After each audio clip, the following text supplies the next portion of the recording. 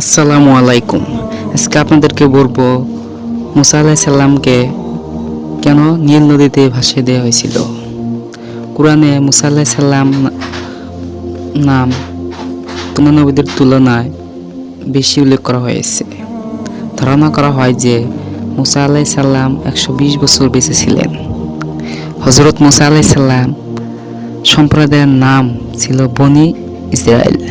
বলা হয় তার মুজিজাসমূহ বিগত অন্যান্য নবী রাসূলগণের তুলনায় সংখ্যায় বেশি, প্রকাশের বলিষ্ঠতার দিক দিয়েও ছিল অধিক। একদিন মুসা আলাইহিস সালামের সময় যে ফিরআউন ছিল তিনি 18তম রাজবংশের ছিল। তার নাম ছিল কাবুস বলে উল্লেখ করা হয়। সেই যুগে ফিরআউন হতো মিশরের সম্রাটের খেতাব।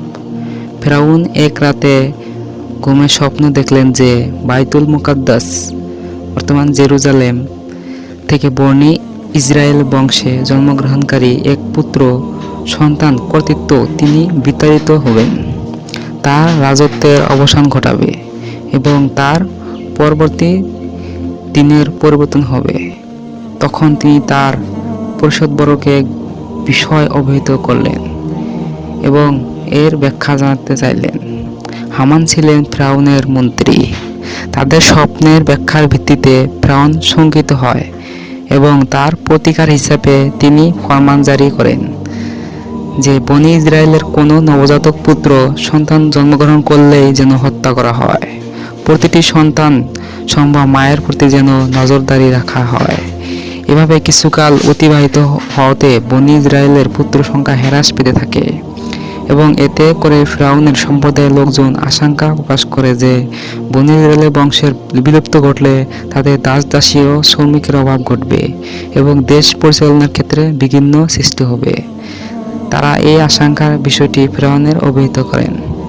অতঃপর তিনি নির্দেশ দেন যে বছর অন্তর অন্তরে যেন পুত্র সন্তান হত্যা করা হয়, তবে গোপনে গোপনে সার্বিক হত্যার ঘটনা কার্যক্রম অব্যাহত থাকে। বর্ণিত আছে যে বছর হত্যার আদেশে রহিতেছিল সেই বছর হারুন আলাইহিস সালাম জন্মগ্রহণ করেন, আর হত্যার আদেশ যখন বলবৎ ও কার্যকরী ছিল সেই বছর হযরত মুসা মায়ের পেটে আসেন। বিষয়টি তার স্বীয় কন্যা মরিয়ম আলাইহিস সালামের ব্যতীত আর কেউ জানতেন না। কথিত আছে কাবিলা নামক এক কিবতী স্ত্রী মুসা আলাইহিস সালামের মাতার প্রতি প্রহরী রূপে নিযুক্ত ছিল। ভূমিষ্ঠকালীন সময়ে সে হাজির হয়। সদ্যজাত মুসার রূপ লাবণ্য দর্শনে কাবিলা মুগ্ধ হয়ে পড়ে এবং শিশুর প্রতি তার স্নেহ মায়ার সৃষ্টি হয়।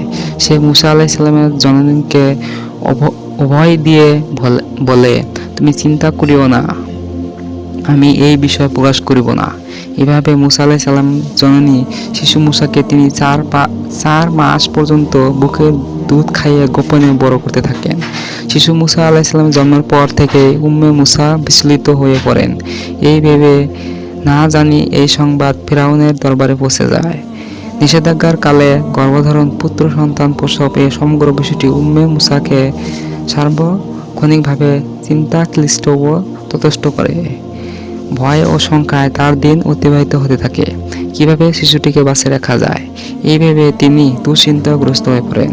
যখন আর মুসার উপস্থিতি গোপন রাখা সম্ভব ছিল না, তখন তার মা তাকে আল্লাহর হুকুমে শিশু মুসাকে স্থাপনপূর্বক চাদরে আবৃত করে একটি ঝুড়িতে রেখে নীল নদীতে ভাসিয়ে দেন। আল্লাহ তাআলা সূরা আল কাউসারের 7 নম্বর আয়াতে বলেন, আমি মুসা জননীকে আদেশ পাঠালাম যে তাকে স্তন্যদান করতে থাকো। অতঃপর যখন তুমি তার সম্পর্কে বিপদের আশঙ্কা করো তখন তাকে দূরে নিক্ষেপ করো এবং ভয় করো না, দুঃখও করো না। আমি অবশ্যই তাকে তোমার কাছে ফিরিয়ে দেব এবং তাকে পয়গম্বরের একজন করব। ঝুড়িটি ভাসতে ভাসতে ফিরআউনের রাজপ্রাসাদ সংলগ্ন বাগানে থেমে যায়। ফিরআউনের লোকজন এটিকে উঠিয়ে নিয়ে এবং পরবর্তী ফিরআউনের স্ত্রী আসিয়া আর নিকটে নিয়ে এলো। মুসা দেখতেছিলেন অত্যন্ত সুন্দর। ফিরআউনের কোনো পুত্র সন্তান ছিল না, শুধু একটি কন্যা সন্তান ছিল। পরবর্তীতে যে ফিরআউনের সিংহাসনে বসেন। শিশু দর্শনে সবার মন স্নেহসিক্ত হয়ে ওঠে। বিশেষ করে ফিরআউনের স্ত্রী আসিয়ার কোমল অন্তর মাতৃস্নেহ বিগলিত হয়। বিষয়টি ফিরআউনকে অবহিত করা হলে তিনি শিশুটিকে মেরে ফেলার নির্দেশ দেন, কিন্তু এতে স্ত্রী আসিয়া বাধা দেন। আল্লাহ তাআলা কোরআনের সূরা আল কাউসারের 9 নম্বর আয়াতে উল্লেখ করেন, ফিরআউনের স্ত্রী বলল, এই শিশু আমার ও তোমার নয়নমণি, তাকে হত্যা করো না। এ আমাদের উপকার আসতে পারে, অথবা আমরা তাকে পুত্র করে নিতে পারি। সন্তানের থেকে বিচ্ছের ফলে মুসা আলাইসাল্লাম মায়ের অন্তর দুঃখ ভারাক্রান্ত হয়ে পড়েছিল।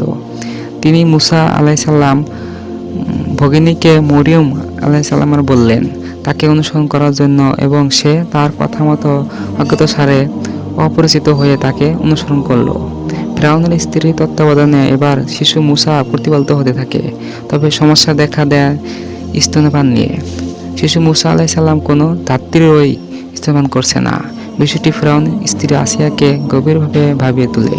অবশেষে মুসার ভাগিনী যে গোপনে সমস্ত ঘটনা পর্যবেক্ষণ করে যাচ্ছিল, সে এসে আবেদন জানায় যে আমি এমন একজন মহিলার কথা জানি যার স্তন্য এই শিশু পান করতে পারে। সেই মহিলাটিকে হাজির করতে তাকে আদেশ দেওয়া হয়। অতঃপর সে নিজ মাতা অর্থাৎ মুসা আলাইহিস জননীকে সবার সামনে উপস্থিত করে। স্তন্য দেওয়া হল পর মুসা নির্বিঘ্নে দুগ্ধপান করতে থাকেন। এই ঘটনায় সবাই বিস্মিত হয়ে পড়ে। উম্মে মুসাকে রাজ পরিবারের অবস্থান করার অনুমতি প্রদান করা হলো, কিন্তু তিনি সেখানে থাকতে অস্বীকার করেন এবং বলেন যে তার স্বীয় স্বামী, পুত্রকন্যা পরিবার রয়েছে। অবশেষে কিছু শর্ত সাপেক্ষে তাকে শিশুসহ নিজ গৃহে অবস্থান করার অনুমোদন দেওয়া হয়। উম্মে মুসা অত্যন্ত প্রফুল্ল চিত্তে স্বয়ং পুত্র শিশু মুসা আলাইহিস সালামকে নিয়ে নিজ গৃহে প্রবর্তন করে। আল্লাহ তাআলা সূরা আল কাউসারের 13 নম্বর আয়াতে বলেন, অতঃপর আমি তাকে জননীর কাছে ফিরিয়ে দিলাম, যাতে তার চক্ষু জুড়ায় এবং তিনি দুঃখ না করেন, এবং যাতে তিনি জানেন যে আল্লাহর ওয়াদা সত্য, কিন্তু অনেক মানুষ তা জানে না। তো বন্ধুরা, ভিডিওটি কেমন লাগলো অবশ্যই কমেন্টে জানাবেন। এরকম ভিডিও পেতে চ্যানেলটি সাবস্ক্রাইব করবেন। আসসালামু আলাইকুম।